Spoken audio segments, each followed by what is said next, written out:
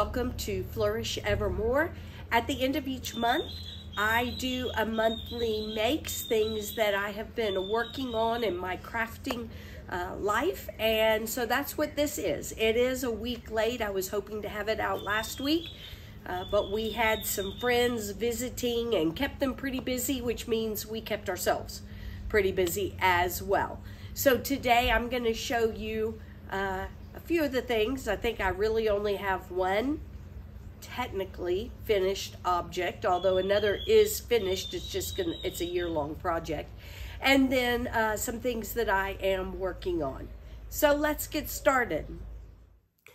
Hey everyone, I am finally able to make this video of all the makes that I have had for the month of February.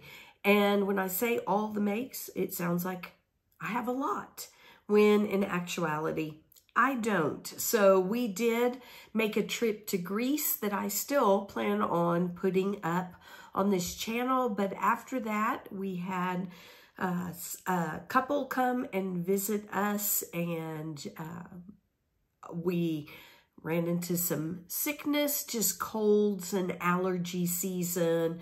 One of the families that we work with, their kids got sick, and so we did not catch what the kids have, but then became susceptible to just cold, stuffy sinus issues. And but yeah, I feel like at this point, I am able to get a video out without sounding terrible and sniffing and coughing too much.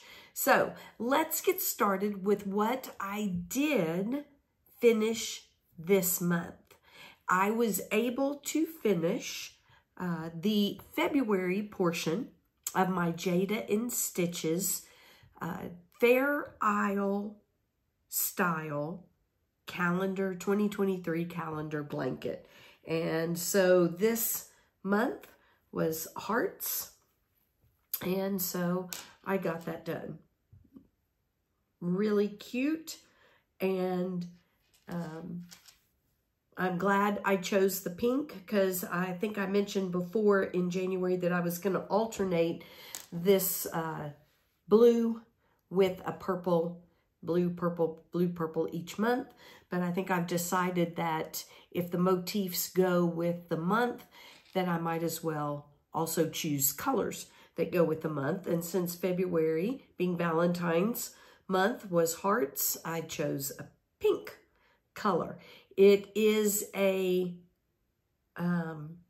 pure gold, and I forgot the name of the colorway. I will put it up, but it is by Elle, and we buy that here in South Africa. And pure gold is it's a very soft yarn for an acrylic, just a basic acrylic yarn. And so yeah, so it is. I'm really loving the calendar blanket, and really glad that I chose to do it this year. And so yeah, so the month of February is done, and I'm going to start working on March. The other thing that I finished was a cardigan that I ended up taking to Greece with me, because here in South Africa, we are in summer. Well, February was summer, and we're moving into autumn now, but February was summer, and in Greece, they were in winter. And I knew that I wanted, or I needed to dress warm, and I wanted to take this cardigan. I found it off of MJ's Off the Hook Crochet Designs. I actually found her website and her Ravelry page before I actually saw her YouTube channel, but loved this design. So now I am a subscriber to the YouTube channel, but I really love this design. And so this is called the Sandy Seashells Wrap Cardi, and this is what it looks like. This front part comes across and wraps in the front, and then the other side, the front. But what I really loved the most was the pattern for the sleeves. The sleeves is an amazing shell pattern Let me put my arm through here, and so that you can see that shell pattern really well. The yarn that I used, I purchased in the US when I was there over Christmas, and it is Yarn Bee from Hobby Lobby, and it is called Yarntopia. This color, this light, beautiful purple color, is called Heather, and it's lovely. I will put a picture. I did take some pictures to put on my Ravelry page, and I will put a picture up over here. Is that right? Yeah. Anyway, I'll put it up where I'm pointing so that you can see it on. The one change that I did make from the pattern, I'm trying to think if there was a bigger change. I think I might have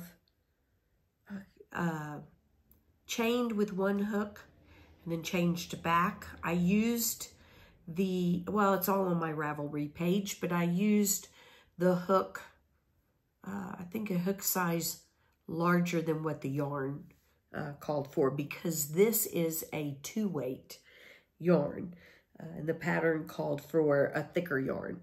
But the one thing I did, and I only added it, so to the wrapped portion, I added this shell, just a basic shell border to kind of go along with the shell, not exactly the same, but to go along with the shells in the sleeves, and to add a little extra length. It was turning out not as long on me, even though I wore a long sleeve shirt, and in the fall and spring can wear a strappy top under it. I still wanted it a little bit longer, so it added just a little bit of length and then kind of tied in to the shell pattern that I loved so much on the sleeve. So I'm very happy with the way this turned out. Very pleased. So those are the 2 finished objects that I have for this month. I was hoping to finish a pair of socks, but as I got started on my socks, and I did the heel flap and the heel turn, and even picked up the, I want to say garter. What's the part of the foot? Anyway, picked up the stitches and started to decrease, and did it wrong. I decreased every row instead of doing a decrease and then a row of knit, and a decrease and then a row of knit. So I thought, well, okay, I will try, because one of the things that my fear right now with knitting is having to frog and being able to then pick up the stitches and continue. And so I thought, well, I'll try it. Got brave, watched a couple of videos, I got some help from a friend, and went ahead and ripped back. But then I think it's because of the size of the yarn, being a fingering weight sock yarn, and the size of the needle. I'm using a 2.5 millimeter 9-inch circular needle, that it was just really hard because you have to pick up the loops from the back and keeping them on and picking up the next, and being so tiny that I ended up ripping the whole entire thing out and starting over. Look, for me, knitting is a learning experience, and so I was okay with starting over. And in fact, when I started over, I think that I've been able to do my stitches even more consistently, better, and yeah, so I'm coming along. I am almost finished with the first sock of the pair, but now I have done the leg. I have done the heel flap, and this time I looked at the Crazy Sock Lady and tried it. On her video, she does one where you keep using the 9-inch circular, and then the second half she goes back and shows you how to do it on 2 DPNs, which is what I tried with this, and I actually liked the way the heel flap came out better. It seems more even, tight, a little bit tighter, and then the heel turn. And now I did the decreases correctly, and that's what that looks like. And, well, here, let me show you the side that doesn't have the hole that I need to stitch up. So there's the decrease, and I am working back down the foot. I do have one mistake, but it's on the bottom of the foot, and it is a little bit of a hole that I can tidy up, I think, at the end. And like I said, it is a learning experience. This yarn is from the Yarnable subscription, so from Hypnotic Yarns. The colorway is Avocado. I love this colorway, but out of all the ones, the reason I chose this one for my first pair is because I love green. I love avocados, but it was the one that I am willing to make mistakes with. And so that's why I chose this one in particular. But even with the mistake, so what happened was, as I was decreasing, I forgot to count and decreased one too many. And instead of frogging, I just did an increase so that I had the right number of stitches. And so it did create a hole, a little bit of one, but I'm willing, since it's on the bottom of the foot, to fix it and move on and finish this one sock so I can get to the second one of the pair. So a couple of things that I did different. I did a knit to, purl to ribbing. I added, because I counted the stitches per inch, and the Crazy Sock Ladies pattern called, her vanilla sock pattern called for 8 stitches per inch, and I have 9. So I went to Nimble Needles video on socks, and by the way, all of these I will put in the description box below, but I went to his video, and he gives you a formula for the measuring and getting your gauge and your sizes right. So I actually cast on 62 stitches instead of the 50, is it 56? I think it calls for the size small. I cast on 62, and then when it came to the heel flap, I went back to the 28 stitches, which is half of the 56. And I left, so that means I left, I'm trying to do math in my head, but that means I left 34. So I did 28 for the heel flap and left 34 on the front of the sock, which according to Norman's video, Nimble Needles, then that was fine. That you do the heel flap, you actually, I think he had you divide by 4 and then go to, or divide in half and go to the nearest number divisible by 4 is, I think, but like I said, the video will be down below. And so that's how I did it. And I've tried it on and seems to be working so far. I was afraid that if I did the 58 cast on stitches, it would be a little too tight. I have a very small, short foot, but it is just an average, as far as width, it's an average width, and for a small foot.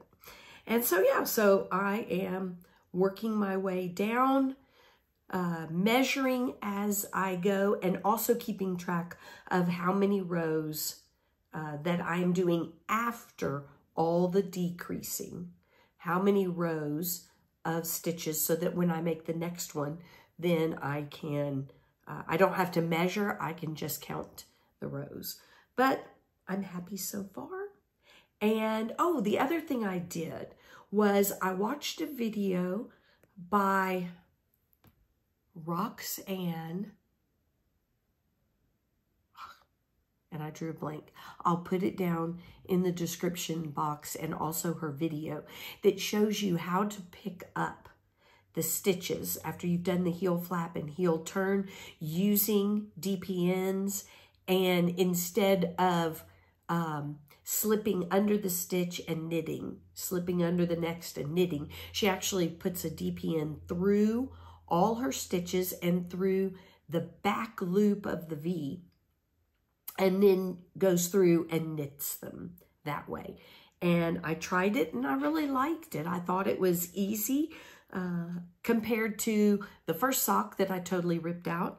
I thought that was an easy way of picking up those stitches along the foot after the heel turn. So, which I'm still have lost the term, but those of you who have made plenty of socks, I'm sure know what I'm talking about. So I am looking forward to finishing this by the end of this month and showing you the whole pair. But that's what it's looking like so far. And I'm pretty happy with the result, with the way my stitches are looking. And as I said, I really do like the way it looked, the heel flap using the two DPNs. I'm not sure I found it easier than using the 9-inch circular and keeping it on that. But I do think my stitches are more consistent in their tension. And so, yeah. So the other thing that I'm working on, so this month I'm going to do the March for the Jada in Stitches Fair Isle Style calendar blanket. I'll do the March portion. And I am working on a knitting blanket by Linda Simpson Designs. And this is a little bit of it. I don't think I've done very much in February. It's kind of one of those projects that, since we are just kind of getting into fall, which here in Johannesburg, South Africa, means the mornings are a little cooler, but the days are still pretty warm. And so, yeah, so I'm not in a huge hurry. And like I said, it's more about just the practice of knitting and getting better at it, because I am a crocheter. And so I'm working on that. I mentioned in January that I was going to be working on this embroidery picture. And as you can tell, it's still in the package. I have not started, but I do plan on starting, if not this month, definitely in April. But I think this month we're not going to be as busy, and so hopefully I will be able to get started on that as well. So the couple that came to visit for about a week, they weren't here very long, they asked us if there was anything we wanted them to bring. And I have several ladies that I do Bible study with that they crochet. One of them, her daughter crochets. So I asked if she could bring any used books or magazines or articles that her or her friends from church that they might have that they really didn't want anymore. And so she did bring some, and I have gone through several. So there's several knitted washcloths and crocheted washcloths that I would love to try. The knitted ones, there's a couple that you change the color of yarn. That's something I have not done in knitting, is change yarn colors. Because eventually with socks, I want to be able to do the cuff and the heel flap, the toe in different colors. And so I thought washcloths would be a great way to try that out. And so I look forward to trying some of those. I might get to some of those in the month of March, but that's something I want to try for sure. And yeah, I don't have any other definite plans for March, but who knows? I may find something and it really interests me and I might want to get started on it. I'm not one to have a whole lot of projects that are started, a whole lot of whips, unless it is something like the knitted blanket I'm working on slowly, or like the calendar blanket that is a year-long project.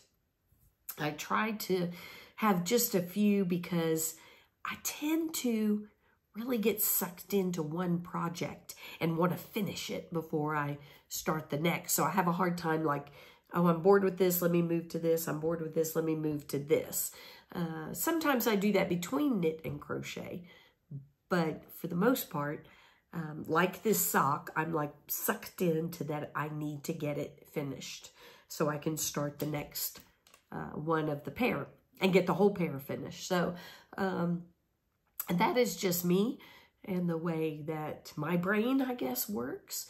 So, but yeah, we'll see what March holds. And at the end of March or towards the beginning of April, then hopefully I will have more finished objects to show you. But thanks for joining me for this video and hope you all have a wonderful day. We'll see you again for all the March makes. Have a great day. Bye-bye, y'all.